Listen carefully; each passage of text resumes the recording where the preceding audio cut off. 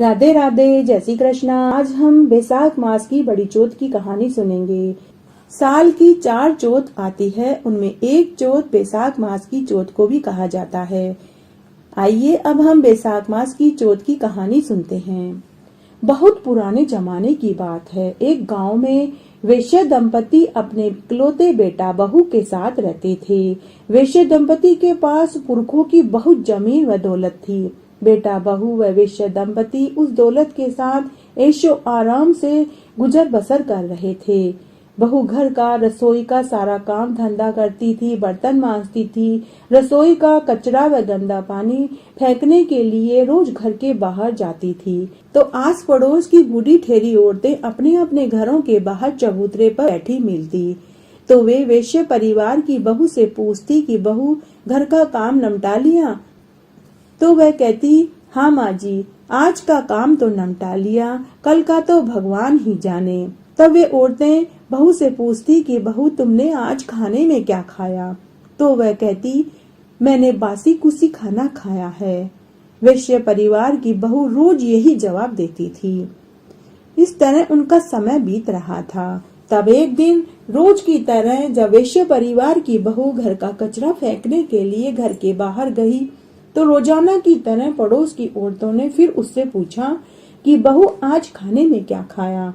तो उसने फिर से वही अपना रटा हुआ जवाब दिया कि बासी कुसी खाना खाया है। उसकी यह बात उसके पति ने सुन ली। उसने मनी मन सोचा कि अभी अभी तो हमने गर्म भोजन खाया था, फिर ये पड़ोस की औरतों को झूठ क्यों बोल रही है कि मैंने बासी कुसी खाना खाया है। तब दूसरे दिन वैश्य के बेटे ने अपनी माँ से खीर पूरी बनवाई। तब वैश्य दंपति और उसके बेटा बहू चारों ने एक साथ बैठकर खीर पूरी का आनंद लिया। फिर शाम को घर का सारा काम करने के बाद जब बहू गंदा पानी कचरा फेंकने के लिए घर के बाहर गई, तो उसका पति उसकी बात सुनने के लिए छिपकर खड़ा हो गया। उस दिन भी औरतों ने बहू से पूछा कि बहू आज तुमने खाने में क्या खाया? उसने फिर से वही जवाब दिया कि बासी कुसी भोजन खाया है। उस दिन उसके पति को अपनी पत्नी के जवाब के ऊपर बहुत गुस्सा आया। उसने मनी मन सोचा कि अभी अभी तो खीर पूरी खाई है, फिर ये झूठ क्यों बोल रही है? आज तो सच्चाई का पता करना ही पड़ेगा। उसका पति अपने कमरे में जाकर लेट गया, लेकिन उसे नींद नहीं आ रही थी। वो अपनी पत्नी का इंतजार कर रहा था। तभी उसकी पत्नी घर का सारा काम निपटाकर कमरे में पहुंची। कमरे में पत्नी के पहुंचते ही पति ने उससे एक ही सवाल पूछा कि आज हमने चारों ने खीर पूरी खाई। फिर जब पड़ोस की औरतों ने तुझसे पूछा कि तुमने आज भोजन में क्या खाया, तो तुमने झूठ क्यों बोला? तुमने क्यों कहा कि मैंने तो बासी कुसी भोजन खाया है? उसकी पत्नी बड़ी ही समझदार थी। उसने कहा कि मैंने झूठ कहाँ बोला है, मैंने तो सच ही बोला है।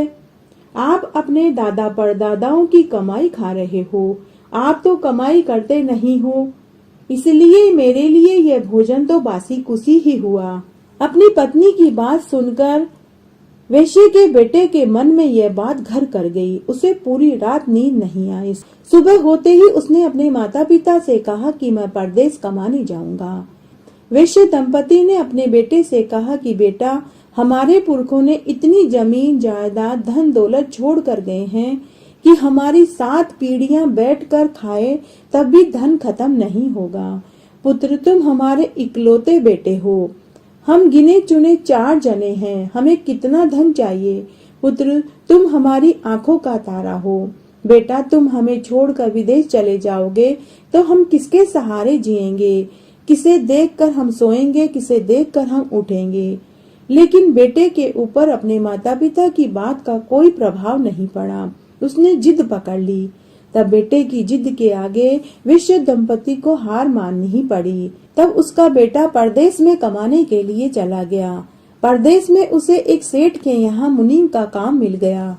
वैश्य के बेटे ने बड़ी ही ईमानदारी और सच्ची लगन से मुनीम का काम किया। थोड़े ही दिनों में उसने सेठ का विश्वास जीत लिया। तब सेठ ने दुकान का सारा कारोबार उसके ऊपर छोड़ दिया और वह स्वयं तीर्थ यात्रा करने के लिए चला गया।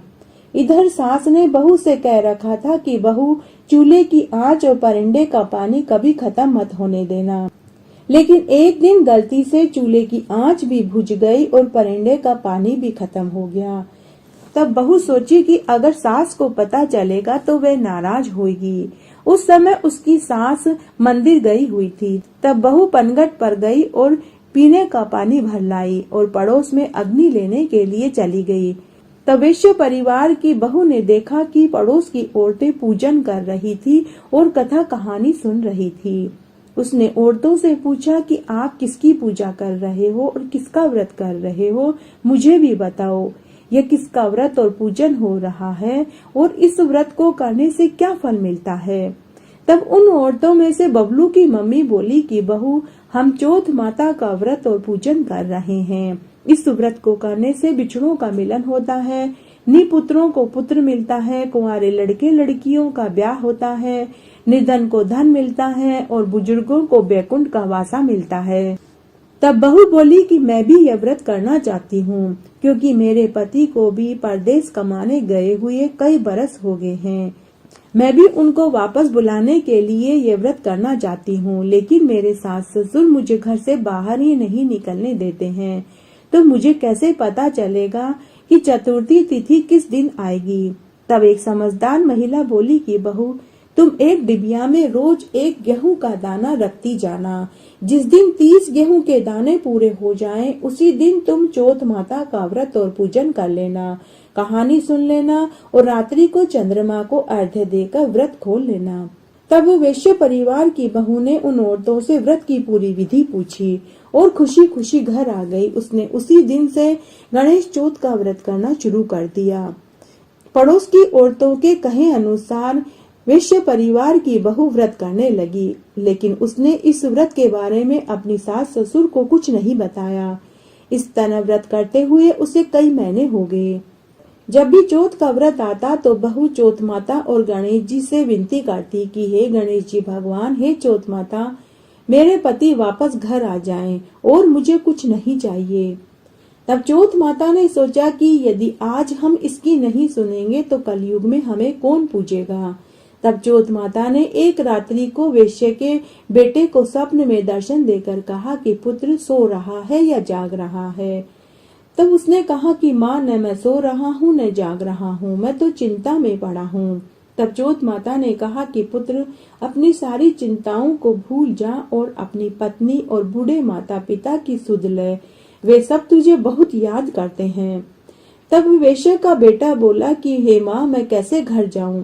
सेठ का कारोबार बहुत फैला पड़ा है, किसी से रुपया उधार वापस लेना है तो किसी को देना है। तब चौथ माता बोली कि पुत्र, तू कल सुबह जल्दी उठकर नहा धोकर दुकान पर जाना और चौथ विनायक का नाम लेकर दुकान में घी का दीपक जला देना। देखते ही देखते तेरा सारा हिसाब किताब पूरा हो जाएगा। दूसरे दिन वैश्य के पुत्र ने ऐसा ही किया। सुबह जल्दी उठा, नहाया धोया और दुकान पर गया और चौथ विनायक का नाम लेकर उसने दुकान में घी का दीपक जला दिया। थोड़ी ही देर में जो पैसे उधार लेकर गए थे वे जमा कराने आ गए और दुकान का सारा सामान नकद में बिक गया। यह देखकर दुकान के मालिक को भी बहुत खुशी हुई। तब वैश्य के बेटे ने अपने दुकान के मालिक से कहा कि सेठ जी, मुझे घर छोड़े हुए 12 बरस हो गए हैं। मैं अपने बूढ़े माता पिता और पत्नी से मिलना चाहता हूँ। आप मुझे अनुमति दें ताकि मैं उनसे मिलकर फिर वापस आ जाऊंगा। सेठ जी उसके काम से बहुत खुश थे, तो उन्होंने उसे जाने की अनुमति दे दी। साथ ही उसका सारा मेहनताना दिया और खूब सारा धन भी दिया। वैश्य का पुत्र खुशी खुशी घर की ओर जाने लगा। रास्ते में उसे एक जंगल मिला। उस जंगल में एक जगह आग लगी हुई थी, जिसमें वैश्य के पुत्र ने देखा कि एक सर्प उस आग में जलने ही वाला था। तब वैश्य के पुत्र ने एक लकड़ी की मदद से उस सांप को उठाकर दूर पटक दिया और उस सर्प को आग से बचा लिया। लेकिन वह सर्प बहुत बूढ़ा और बीमार था। वह खुद उस आग में जलकर मरना चाहता था, क्योंकि उसके 100 वर्ष पूरे हो चुके थे। वह बहुत अधिक बीमार और बूढ़ा था। वह सर्प योनि से छूटना चाहता था। लेकिन वेश्या के द्वारा उसे बचा लेने पर सर्प को बहुत क्रोध आया। सांप ने गुस्से में भरकर फुफकार मारी और वेश्या के पुत्र से कहा कि अरे मूर्ख, मैं अपने 100 साल की उम्र पूरी करके सर्प योनि से छूटकर मुक्ति पाने जा रहा था। तूने मुझे बचाकर अच्छा नहीं किया, अब मैं तुझे डसूंगा। इस पर वेश्या का पुत्र हाथ जोड़ते हुए नागराज से बोला कि हे नागराज, मैं तो आपको आग से बचाना चाहता था और अब आप मुझे ही डसना चाहते हो। हे नागराज, मैं 12 साल बाद अपने बूढ़े माता पिता और पत्नी से मिलने के लिए घर जा रहा हूँ। हे नागराज, जब मैं अपने माता पिता और पत्नी से मिल लूं तब आप मुझे डस लेना। तब सांप ने कहा कि मुझे मानव जाति के ऊपर तनिक भी भरोसा नहीं है। एक तो मैं बुढ़ा हूँ, ऊपर से बीमार भी हूँ। तुम तो घर जाकर पलंग पर आराम से सो जाओगे और मैं पलंग पर चढ़ने में असमर्थ हूँ। तब वेश्या का बेटा बोला कि हे नागराज, मैं पलंग पर चादर लटका दूंगा, आप चादर की मदद से पलंग पर चढ़ जाना और मुझे डस लेना। तब सर्प ने उसे जाने दिया। घर आकर वेश्या का पुत्र उदास होकर लेट गया।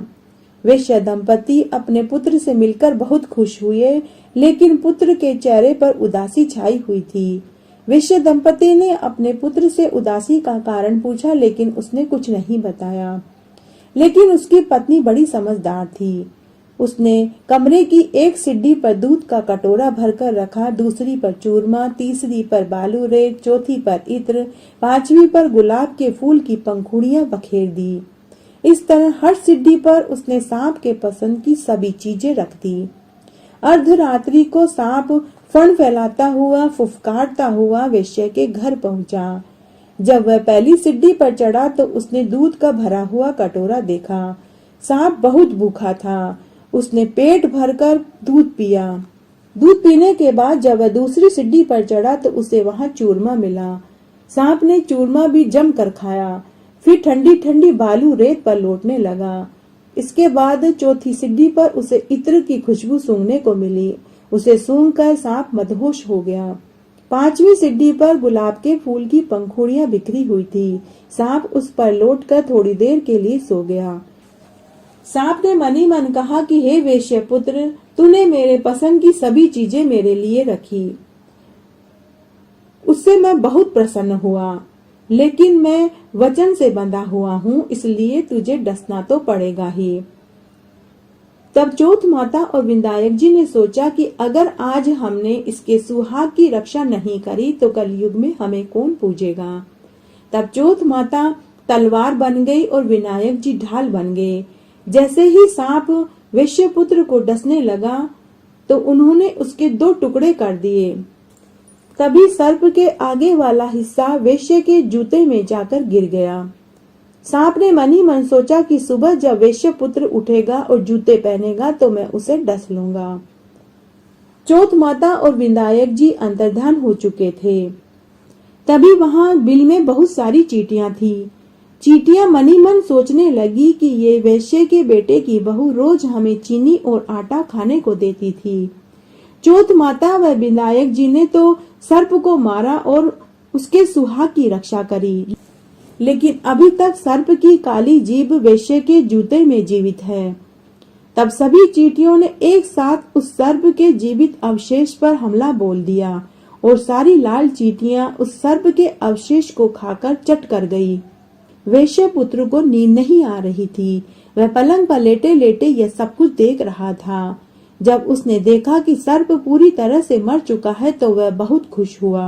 उसने अपनी पत्नी को जगाया और कहा कि मुझे नींद नहीं आ रही है, तुम मेरे साथ चौपड़ पासा खेलो। तब दोनों पति पत्नी देर रात तक चौपड़ पासा खेलते रहे। देर रात्रि को वो सोए तो सुबह जल्दी नहीं उठ पाए। सुबह जब वेश्या दंपति सोकर उठे तो उन्होंने देखा कि बेटा बहू दोनों ही नहीं उठे हैं। तब वेश्या की पत्नी ने कहा कि बेटा तो परदेश से थका मांदा आया था, इसलिए वह जल्दी नहीं उठा, लेकिन बहू तो उठती। आज तो बहू भी जल्दी नहीं उठी। तब दोनों वेश्या दंपति अपने बेटे के कमरे में देखने गए तो उन्हें सीढ़ियों पर बहुत सारा खून बिखरा हुआ मिला। तो वे दोनों वेश्या दंपति जोर जोर से रोने और चिल्लाने लगे कि किसी ने हमारे बेटे बहू को मार दिया है। माता पिता के रोने और चिल्लाने की आवाज सुनकर उनके बेटा बहू की नींद खुल गई। बेटा अंदर कमरे में से ही बोला कि माँ बाबूजी, हमारा बेरी दुश्मन मारा गया, आप सीढ़ियों की साफ सफाई करवा दीजिए, तभी हम बाहर आएंगे। माता पिता ने सीढ़ियों की साफ सफाई करवाई, तब बेटा बहू कमरे से बाहर आए।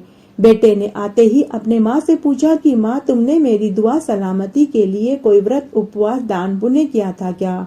माँ ने कहा कि बेटा, मैंने तो कोई व्रत उपवास और दान पुण्य नहीं किया।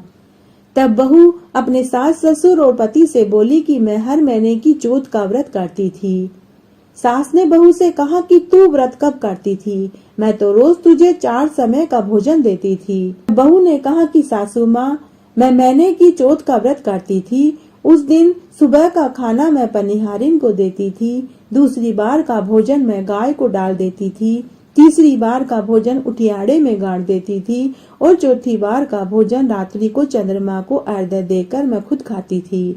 अगर आपको विश्वास नहीं है तो आप सबसे पूछ लीजिए। तब सास ने पनिहारिन से पूछा तो पनिहारिन ने कहा कि माँ जी, आपकी बहू महीने में 1 बार मुझे भोजन देती थी। बछड़े से पूछा तो उसके मुंह से फेफ के फूल झड़ने लगे। उठियाड़े को खोद कर देखा गया तो उसमें सोने चांदी के सिक्के मिले। यह सब देखने के बाद सास अपनी बहू के चरण पकड़ लेती है। बहू अपने सास से बोली कि सासू माँ, उल्टी गंगा नहीं बहती है, मैं आपके चरण पकड़ूंगी, आप गणेश जी और चौथ माता के चरण पकड़िए। तब सास और बहू दोनों ने हर महीने की चौथ का व्रत करने का निश्चय किया। तब बहू ने अपनी सास से कहा कि सासू माँ, मुझे बैसाख मास के चौथ का उद्यापन भी करना है। तब सास और बहू दोनों ने धूमधाम से बैसाख मास की चौथ का उद्यापन किया। हे चौथ माता, जैसा सुख आपने वैश्य परिवार के बेटे की बहू को दिया, उसके सुहाग की रक्षा करी, उनका घर अन्न धन के भंडार से भर दिया, वैसे हम सबका भरना, कहानी कहने वाले के, सुनने वाले के और हुक्कारा भरने वाले के। एक गांव में एक विधवा बुढ़िया माई अपने इकलौते बेटे के साथ रहती थी। बुढ़िया माई अपने बेटे की सलामती के लिए 12 महीने की चौथ का व्रत करती थी। हर चौथ को वह पंसारी से गुड़ और घी लाती थी और उससे वह 4 लड्डू बनाती थी। एक लड्डू वह हथकार का निकालती थी, एक पूजा का रखती थी, एक लड़के को देती थी और एक रात को चंद्रमा को अर्घ्य देने के बाद खुद खाती थी। बुढ़िया माई की जिठानी भी उसी गांव में रहती थी। एक बार बुढ़िया का बेटा अपनी ताई से मिलने के लिए उनके घर गया। उस दिन बैसाख मास की चौथ थी तो बुढ़िया की जेठानी चूरमा बना रही थी। तब बुढ़िया के बेटे ने अपनी ताई से कहा कि ताई, आज तो आप चूरमा बना रही हैं। ताई ने कहा कि बेटा, आज बैसाख की चौथ है, आज मेरा व्रत है, इसलिए मैं चौथ माता के भोग के लिए और खुद के प्रसाद के लिए चूरमा बना रही हूँ। ताई ने कहा, बेटा, तेरी माँ तो हर महीने की चौथ का व्रत इसीलिए करती है क्योंकि उसे तो चूरमे के लड्डू खाने की आदत पड़ गई है। वह तो तेरी मेहनत की कमाई को चूरमे के लड्डू बना बना करके खत्म कर रही है। बेटा मेरी मान, तू तो बाहर गांव जाकर कमाने लग जा, क्योंकि कब तू पैसे इकट्ठे करेगा और कब तू शादी करेगा। तेरी माँ तो तेरी मेहनत की कमाई को बर्बाद कर रही है। ताई की बात से बुढ़िया के बेटे के मन में बात बैठ गई। वह घर आया और घर आकर उसने अपनी माँ से कहा कि माँ, मैं परदेश कमाने जाऊंगा। माँ, आज मैं ताई से मिलने गया था तो ताई ने मुझे बताया कि तू मेरी मेहनत की कमाई को चूरमे के लड्डू बना बना करके खाती है और मुझे तो खाने को तू देती ही नहीं है। तू मेरी मेहनत की कमाई को उड़ा रही है। माँ ने अपने बेटे को बहुत समझाया, लेकिन बेटे ने अपनी माँ की एक नहीं सुनी। बेटे की जिद के आगे माँ को हार माननी पड़ी। जब बेटा एक जोड़ी कपड़ा पोटली में बांध कर जाने लगा तो बुढ़िया ने अपने बेटे को चौथ माता के नाम के 5 आंखें देकर कहा कि बेटा, जब भी तुझे कोई कठिनाई या परेशानी आए तो एक आंखा पूर देना, चौथ माता तेरी रक्षा करेगी। बुढ़िया का बेटा आंखें लेकर अपने जेब में रख लेता है और परदेश कमाने के लिए चल पड़ता है। चलते चलते वह एक जंगल में से गुजरा। उस जंगल में बुढ़िया के बेटे को एक शेर दिखाई दिया। वह शेर बुढ़िया के बेटे के ऊपर झपटने ही वाला था कि बुढ़िया को माँ के दिए हुए आंखों की याद आई। उसने एक आंखा शेर की तरफ फेंका और चौथ माता को याद करने लगा कि हे चौथ माता, यदि मेरी माँ चौथ का व्रत मेरे लिए करती है तो यह शेर गाय बन जाए। तुरंत उसी समय वह शेर गाय बन गई। लड़के को महान आश्चर्य हुआ। वह मनी मन सोचने लगा कि माँ तो सच में मेरे ही लिए चौथ का व्रत करती थी, फिर ताई ने मुझे झूठ क्यों कहा। खैर, अब तो मैं कमाने के लिए निकल पड़ा हूँ तो मैं घर वापस नहीं जाऊंगा। ऐसे सोचकर वह फिर से आगे चल दिया। आगे जाने पर उसे एक नदी मिली जिसमें खूब पानी भरा हुआ था। आगे जाने का उसे रास्ता नहीं दिखाई दिया। तब बुढ़िया के बेटे ने वापस एक आंखा नदी में फेंक दिया और चौथ माता को याद करने लगा कि हे चौथ माता, यदि मेरी माँ चौथ का व्रत मेरे लिए करती है तो इस नदी के बीच में रास्ता बन जाए। उसी समय नदी के 2 पार्ट हो गए और नदी में बीच में रास्ता बन गया। बुढ़िया के बेटे को फिर वापस आश्चर्य हुआ। बुढ़िया के बेटे ने अपनी माँ को मनी मन अपनी गलती की क्षमा मांगी और वह मनी मन फिर से सोचने लगा कि ताई ने मुझे क्यों अपनी माँ के खिलाफ कर दिया। फिर वह अपनी माँ को याद करके आगे चल दिया। आगे जाने पर वह एक नगरी में पहुंचा। बुढ़िया के बेटे को बहुत भूख और प्यास लगी थी तो तब उसने एक झोपड़ी का दरवाजा खटखटाया। बुढ़िया के बेटे ने कहा कि क्या पीने को पानी और खाने को रोटी मिलेगी। तभी उसे अंदर किसी के रोने की आवाज सुनाई दी।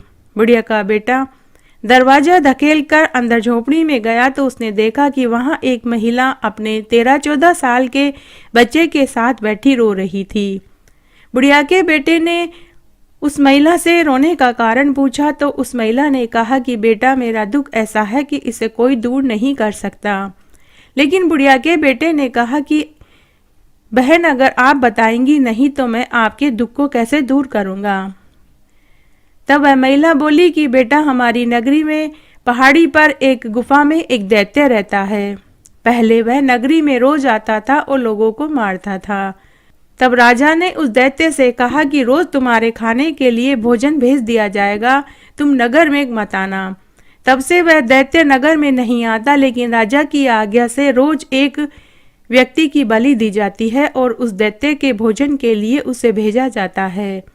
अभी थोड़ी देर में राजा के सिपाही आएंगे और मेरे बेटे को पकड़कर ले जाएंगे। आज मेरा बेटा उस दैत्य का भोजन बनेगा, इसीलिए मैं रो रही हूँ। बुढ़िया के बेटे ने कहा कि बहन, अगर तुम मुझे पीने को पानी और खाने को रोटी दे दोगी तो तुम्हारे लड़के के बदले में दैत्य के पास मैं चला जाऊंगा। महिला ने कहा कि नहीं, तूने मुझे बहन बोला है, इस नाते तू मेरा भाई हुआ। तू भी किसी का बेटा होगा, तेरी माँ भी तेरी राह देखती होगी। तू क्यों मेरे बेटे की बजाय उस दैत्य का भोजन बनना चाहता है। बुढ़िया के बेटे ने कहा कि बहन, मैंने तुझे वचन दिया है तो मैं तेरी रक्षा अवश्य करूंगा। तब उस महिला ने बुढ़िया के बेटे को भोजन खिलाया और ठंडा पानी पिलाया। खाना खाने के बाद थोड़ी देर बाद राजा के सिपाही आए। बुढ़िया का बेटा उन राजा के सिपाहियों के साथ चल दिया। राजा के सिपाही उसे ले जाकर दैत्य के पास सौंप दिया और राजा के सिपाही वहां से चले गए। तभी बुढ़िया के बेटे ने अपनी जेब में से एक आंखा निकाला और उस दैत्य के सामने फेंकते हुए बोला कि हे चौथ माता, अगर मेरी माता मेरे लिए चौथ का व्रत करती है तो इस दैत्य का सिर कट कर अलग हो जाए। उसी समय चौथ माता की कृपा से उस दैत्य का सिर कट गया। लड़के को बहुत खुशी हुई। जब नगर के लोगों को इस बात का पता लगा तो सब बहुत खुश हुए। तब उस महिला ने बुढ़िया के बेटे को ढेरों आशीर्वाद दिए। बुढ़िया का बेटा वहां से भी आगे चल दिया। आगे जाने पर वह एक दूसरी नगरी में पहुंचा। उस नगरी में आवा तब पकता था जब किसी मनुष्य की बलि दी जाती थी। उस नगर के राजा का यह आदेश था कि जो भी परदेसी इस नगर में आए उसी को आवे में चुन दिया जाए और आवे में डाल दिया जाए। जब राजा के सिपाहियों ने बुढ़िया के बेटे को देखा तो उन्होंने बुढ़िया के बेटे को पकड़कर आवे में बैठा दिया। बुढ़िया के बेटे ने चौथ माता का नाम लिया और एक आंखा फिर से आवे में डाल दिया और कहा कि हे चौथ माता, मेरी बलि दिए बिना ही यह आवा पक जाए। दूसरे दिन भंगिन झाड़ू लगाने आई तो एक कंकर उछलकर आवे में गिरा तो उसमें से टन की आवाज आई। भंगन ने जाकर यह बात राजा से कही। तब राजा और राजा के सिपाही उस आवे के पास पहुंचे तो वहां जाकर देखा तो आवा पक चुका था और उसमें बर्तन भी बनकर तैयार थे। राजा की आज्ञा से आवे में से बर्तन निकालने शुरू किए तो उसमें से सोने चांदी के बर्तन निकलने लगे। तभी आवे में से एक आवाज आई कि अरे भाई, बर्तन धीरे धीरे उतारना, कहीं मेरे लग न जाए। आवे में से आवाज सुनकर लोग डर गए। उन्होंने सोचा कि कोई भूत प्रेत या जिन इस आवे में बैठा है। तभी आवे में से दोबारा आवाज आई और कहा कि न मैं भूत हूं, न प्रेत हूं, न जिन हूं, तुमने जिस लड़के को आवे में बैठाया था मैं वही हूं। राजा की आज्ञा से बुढ़िया के बेटे को सकुशल आवे में से बाहर निकाल लिया। तब राजा ने बुढ़िया के बेटे से पूछा कि बड़े आश्चर्य की बात है, अब तक आवे में जितनी भी बलि दी गई कोई जीवित नहीं बचा, तुम कैसे जीवित बच गए? बुढ़िया के बेटे ने कहा कि मेरी माँ हर महीने की चौथ का व्रत करती थी, उसी चौथ माता ने मेरी रक्षा करी है। राजा ने कहा कि मुझे तुम्हारी बात पर विश्वास नहीं होता। राजा ने कहा कि मैं तुम्हारी परीक्षा लूंगा, अगर तुम मेरी परीक्षा में सफल हो जाओगे तो मैं अपनी लड़की से तुम्हारा विवाह करवा दूंगा, लेकिन अगर तुम मेरी परीक्षा में सफल नहीं हुए तो मैं तुम्हें फांसी पे लटका दूंगा। तब राजा ने एक सुराही मंगाई और फिर राजा ने बुढ़िया के बेटे से कहा कि अगर तुम्हारी बात सच्ची है तो तुम इस सुराही के अंदर जाकर नलकी में से बाहर निकल कर के दिखाओ। तब बुढ़िया के बेटे के पास आखिरी चौथ माता का आंखा बचा था। बुढ़िया के बेटे ने आखिरी आंखें को भी चौथ माता का नाम लेकर पूर दिया और बोला कि हे चौथ माता, अगर मेरी माँ हर महीने की चौथ का व्रत मेरे लिए करती है तो मैं भंवरा बनकर इस सुराही के अंदर चला जाऊं और फिर नलकी से बाहर निकल आऊं। वहां खड़े राजा और प्रजा को किसी को भी लड़के के भंवरे बनना और सुराही में जाना और बाहर भंवरे के रूप में निकलने वाली सच्चाई किसी को पता नहीं लगी। उन्हें तो वह बुढ़िया का बेटा ही दिखाई दे रहा था। तब बुढ़िया का बेटा चौथ माता की कृपा से भंवरा बन गया, सुराही के अंदर गया और नलकी से बाहर निकल आया। राजा ने जब ये देखा तो उसे बहुत प्रसन्नता हुई। तब राजा ने अपनी लड़की का विवाह बुढ़िया के बेटे के साथ धूमधाम से कर दिया और उसे खूब सारा धन दौलत, लाव लश्कर, घोड़े, हाथी, ऊंट, रथ देकर विदा कर दिया।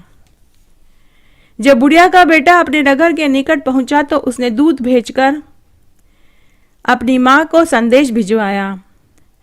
दूत ने जाकर बुढ़िया के बेटे से कहा कि अरे बुढ़िया, तेरा बेटा बहू लेकर खूब लाव लश्कर, धन दौलत के साथ आ रहा है। तब बुढ़िया ने गांव की औरतों को बुलाकर मंगल गीत गवाए और थाल सजाया और अपनी बहू का स्वागत किया। बुढ़िया के बेटे ने आते ही अपनी माँ से अपनी गलती की क्षमा मांगी और कहा कि हे माँ, आज तेरे उस चौथ माता के व्रत की वजह से मैं जीवित हूँ और आज राजा की लड़की से मैं विवाह करके घर आया हूँ और ये सारी धन दौलत चौथ माता की वजह से ही मुझे मिली है। हे चौथ माता, जैसा सुख आपने उस बुढ़िया के बेटे को दिया वैसे सबको देना, कहानी कहने वाले को, सुनने वाले को और हुक्कारा भरने वाले को। घटती हो तो पूरी हो, पूरी हो तो परवान चढ़े, भूले बिसरे नाम तेरे भंडार में भरे। एक बार एक साहूकार का बेटा था। वह शहर से कमाकर घर वापस लौट रहा था तो रात्रि हो गई। तो वह जंगल में एक मंदिर में पेड़ के नीचे सो गया। उसी मंदिर में एक पेड़ के बिल में एक सांप का जोड़ा रहता था। सांप को साहूकार के बेटे के ऊपर बहुत दया आई तो सांप पूरी रात उसकी रखवाली करता रहा। सुबह जब साहूकार सोकर उठा तो उसने देखा कि एक सर्प उसकी रक्षा कर रहा है। साहूकार के बेटे ने उसी समय एक ग्वाले से दूध लेकर खरीदा और उस सर्प को दूध पिला दिया। साहूकार का बेटा वहीं पेड़ के नीचे बैठा हुआ था। तब सांप ने अपनी सर्पणी से कहा कि मैं डस कर आता हूँ। सर्पणी ने कहा कि मैं भी आपके साथ चलूँगी। लेकिन सांप ने कहा कि तुम कहाँ भटकती फिरोगी, तुम यहीं रहो, मैं शाम को लौट आऊँगा। लेकिन सर्पणी ने सांप से कहा कि आप तो चले जाते हो, लेकिन आपके जाने के बाद जंगल के बहुत से छोटे मोटे सांप, गोयरे, बिच्छू मेरे साथ यहाँ हंसी मजाक करने के लिए आते हैं, वो मुझे पसंद नहीं आता, इसलिए आप लक्ष्मण रेखा खींच कर जाइए। सांप ने लक्ष्मण रेखा खींच दी और सांप चला गया। थोड़ी देर बाद वहां बहुत से सांप, बिच्छू, गोयरे, मगरमच्छ आदि आए। सर्पणी स्वयं लक्ष्मण रेखा पार करके बाहर आई और उनके साथ हंसी मजाक करने लगी। जब शाम होने लगी, जब सांप के आने का समय होने लगा तो सर्पणी वापस बिल में जाकर चुपचाप बैठ गई। साहूकार का बेटा यह सब कुछ देख रहा था। उसे यह पसंद नहीं आया। उसने सोचा कि अभी तो यह सांप से कह रही थी कि सभी छोटे मोटे सांप, बिच्छू, गोयरे उसके साथ हंसी मजाक करते हैं और उसे पसंद नहीं आता, और यह स्वयं लक्ष्मण रेखा पार करके इनके साथ हंसी मजाक करने आई। और जैसे ही सांप के आने का समय हो रहा है तो यह चुपचाप जाकर बिल में बैठ गई। तब साहूकार के बेटे ने 7 छोटे छोटे पत्थर उठाए और उस सर्पणी को दे मारा और वह घर आ गया। उधर सांप के वापस आते ही सर्पणी कोप भवन में जाकर बैठ गई। सांप ने उससे क्रोधित होने का कारण पूछा तो सर्पणी बोली कि आज आप उसी साहूकार के बेटे को डस कराइए जिसकी कल रात आपने रक्षा करी थी। सांप बोला कि क्या हुआ? तब सर्पणी बोली कि आपने तो पूरी रात उसकी रक्षा करी, बदले में वह मुझे 7 पत्थर की मार कर गया है। जब तक आप उसे मार कर नहीं आएंगे तब तक मैं अन्न जल ग्रहण नहीं करूंगी, तब तक मैं कुछ नहीं खाऊंगी पीऊंगी। तब सांप उस साहूकार के बेटे को डसने के लिए निकल गया। उधर साहूकार का बेटा संध्या के समय खाना खाने के लिए बैठा तो उसकी माँ पंखा झलने के लिए उसके पास ही बैठ गई और उसकी पत्नी भोजन परोसने लगी। तभी सांप वहां पहुंच गया। सांप ने देखा कि साहूकार का बेटा भोजन कर रहा है तो वह परिंदे में कुंडली मारकर बैठ गया। बहू ने जैसे ही भोजन का थाल परोसा तो उसे छींक आ गई। माँ ने कहा कि अभी ठहर जा, थोड़ी देर बाद भोजन परोसना। दूसरी बात, बहू जब पानी का गिलास रखने आई तो फिर से उसे छींक आ गई। माँ ने उसे फिर से पानी का गिलास रखने से मना कर दिया और कहा कि थोड़ी देर बाद में भोजन परोसना। तीसरी बार बहू जब फिर से भोजन की थाली लेकर आई तो उसे फिर से छींक आ गई। माँ ने उसे फिर से मना कर दिया। यह सब देखकर साहूकार का बेटा अपनी माँ से बोला कि माँ, मुझे औरतों की बातें समझ नहीं आती। आज सुबह मैंने सांप और सर्पणी की बातें सुनी। सर्पणी सांप से बोल रही थी कि मुझे हंसी मजाक करने वाले सांप, बिच्छू, गोयरे, मगरमच्छ पसंद नहीं है, इसलिए आप लक्ष्मण रेखा खींच कर चले जाइए। बेचारा सांप तो लक्ष्मण रेखा खींच कर चला गया। उसके जाने के बाद सर्पणी खुद लक्ष्मण रेखा पार करके सांप, बिच्छू, गोयरे और मगरमच्छ से हंसी ठिठोली कर रही थी। और जैसे ही सर्प के लौटने का समय हुआ तो वह चुपचाप बिल में जाकर बैठ गई। मुझे ये 2 मुंही बातें बिल्कुल पसंद नहीं आती, इसीलिए मैंने उसे 7 पत्थर मारे और मैं घर आ गया। और घर पर यह छींक वाली बात, मुझे ये औरतों की बातें समझ नहीं आती। परिंदे में बैठा सर्प यह सब कुछ सुन रहा था। तभी सर्प ने अपना असली रूप प्रकट करके उन्हें दर्शन दिया। साहूकार की माँ और उसके बेटा बहू ने सर्प को प्रणाम किया। तब सर्प देवता ने साहूकार से कहा कि मैं तुझसे बहुत प्रसन्न हुआ, तू कोई 3 वर मांग ले। तब साहूकार दंपति और उसकी माँ ने सर्प देवता को प्रणाम किया और उनसे धन, पुत्र और यश मांगा। सर्प देवता ने उन्हें सब कुछ दिया और तथास्तु कहकर अंतर्ध्यान हो गया। सांप वापस सर्पणी के पास आया और उसने उसकी नाक काट ली और वह वहां से हमेशा हमेशा के लिए उसे छोड़कर चला गया। जब सांप सर्पणी को छोड़कर वहां से जाने लगा तो सर्पणी ने अपनी गलती पूछी। सांप ने कहा कि न पूछे तो ही अच्छा है, मैं तुझे शाप देता हूँ कि तू 7 जन्म तक पिशाच की योनि में पैदा होगी। तब सर्पणी को अपनी गलती समझ में आई और वह अपने कर्मों का फल भोगने के लिए पिशाच की योनि में चली गई।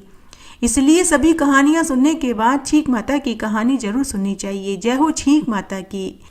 इसलिए अगर छींक आ जाए तो थोड़ी देर के लिए शुभ काम को टाल देना चाहिए। छींक का नियम रखने से साहूकार के बेटे की जान बच गई। जय हो छींक माता की। अब हम सुहाग की कहानी सुनेंगे। एक बार एक गांव में एक ब्राह्मण दंपति अपनी 5 बेटियों के साथ रहता था। उस ब्राह्मण की 5 बेटियां भगवान महादेव की परम भक्त थी। सभी भगवान महादेव जी के जल से अभिषेक करती, घी का दीपक जलाती और 5 दिन तक सुहाग की कहानी सुनती थी। चारों बेटियों का दिया तो बहुत देर तक जलता था, लेकिन पांचवी छोटी बेटी का दिया बहुत जल्दी ही बुझ जाता था। बेटी ने घर आकर अपनी माँ से यह बात कही तो माँ ने कहा कि बेटी तू घी ज़्यादा डाल दिया कर। थोड़े समय के बाद जब वे पांचों विवाह लायक हुई तो ब्राह्मण दंपति ने पांचों का विवाह धूमधाम से कर दिया। बड़ी चार बेटियों के घर में तो खूब धन दौलत थी, लेकिन पांचवी बेटी का पति रोज कमाता था और रोज ही वे खाते थे। अगर एक दिन भी उसका पति कमाने न जाए तो उन्हें भूखा रहना पड़ता था। तब एक दिन पांचवी बेटी का पति बहुत ही कम लकड़ियां जंगल से काट कर लाया तो उसने पूछा कि आज आपने इतनी कम लकड़ियां क्यों लाए हैं। पति बोला कि आज मेरी तबीयत ठीक नहीं है।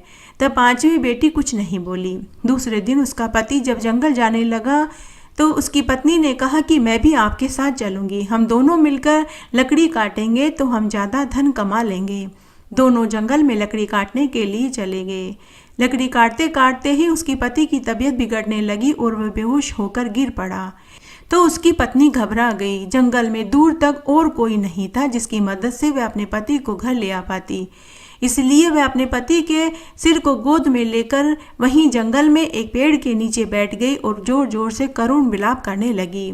उसी समय भगवान महादेव और पार्वती जी भ्रमण करते हुए वहां पहुंचे। तब पार्वती जी महादेव जी से बोली कि देखो कोई जंगल में करुण रुदन कर रहा है, हमें चलकर उसका हालचाल पूछना चाहिए। तब पार्वती जी और महादेव जी उसकी मदद करने के लिए पहुंचे। ब्राह्मण की कन्या को रोता हुआ देखकर माता पार्वती जी ने उससे रोने का कारण पूछा तो वह ब्राह्मण की बेटी बोली कि हे माँ, मेरा पति मर गया है।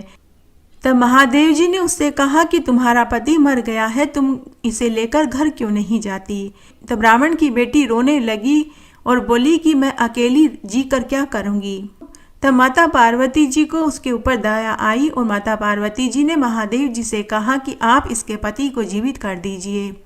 तब महादेव जी उसे देखते ही पहचान गए और बोले कि तू तो वही है जिसका दीपक जल्दी बुझ जाता था। तो ब्राह्मण की बेटी ने कहा कि हाँ। महादेव जी ने माता पार्वती जी से कहा कि हे देवी, यह तो वही ब्राह्मण की बेटी है जो सुहाग की कहानी कभी पूरी नहीं सुनती थी, इसीलिए इसका दीपक भी बुझ जाता था और आज इसके पति के मरने का भी यही कारण है। तब ब्राह्मण की बेटी भगवान महादेव जी और माता पार्वती जी के चरण पकड़कर बोली कि हे देव कि आप मेरे पति को जीवित कर दीजिए।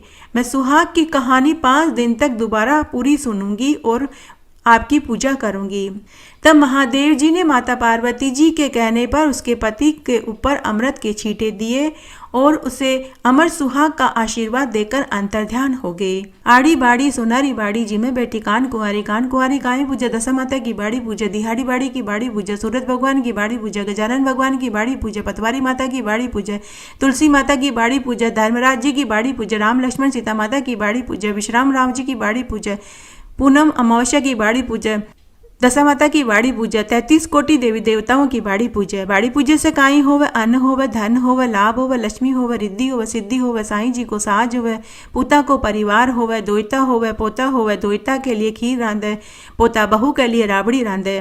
खाटी लागा राबड़ी, मीठी लागा खीर, चढ़ी चढ़ाई लेखी आई, गोरी ढूंढ विंडायक, ढूंढले बर भांडना, सोना का ढाकना, रिमता जिमता दूध में रांध्या, सासू जी में बहू परोसा, सासू खाटल्या बहू पाटल्या, मंदरिया मंदराली बात, गले टके का हार, आ बात कटे की है, अमूल्या की डाल की कवे, सरोवर की पाल की कवे, अन्न के आटे की कवे, जल की लोटी की कवे, तुलसी के क्यारे की कवे, 4 भाई बहन की कवे, जो मिले तो नगर नोता, नगर न बन पावे तो 12 मन का लाडू करे, 12 मन का लाडू न बन पावे तो 6 मन का लाडू करे, 6 मन का लाडू न बन पावे तो 1.5 मन का लाडू करे, 1.5 मन का लाडू न बन पावे तो 12 महीने की बात लेकर, 12 सेर का 6 महीने की बात लेकर, 6 सेर का 12 सेर में 3 सेर गुड़, 3 सेर घी, 6 सेर आटा, 12 सेर का 12 लाडू करे, एक पानी की पनिहार न देवे, एक रमता बालक न देवे, एक गाय का ग्वाला न देवे, एक सास की, एक बहू की, एक बेटे की, एक माँ की, एक भाई की, एक बहन की, एक पुरानी औरत, एक छाना की छनियार, एक दशा माता के घड़े रखे, एक तुलसी के क्यारे रखे, एक समय व्रत करे, खाओ जो कर्म को, पाठ जो धर्म को, या बात कहवे, खाटी मूली छाछ दे, गलेड़ी में घी दे, तलोड़ी में तेल दे, खाजा को खड़को दे, पापड़ को फड़को दे,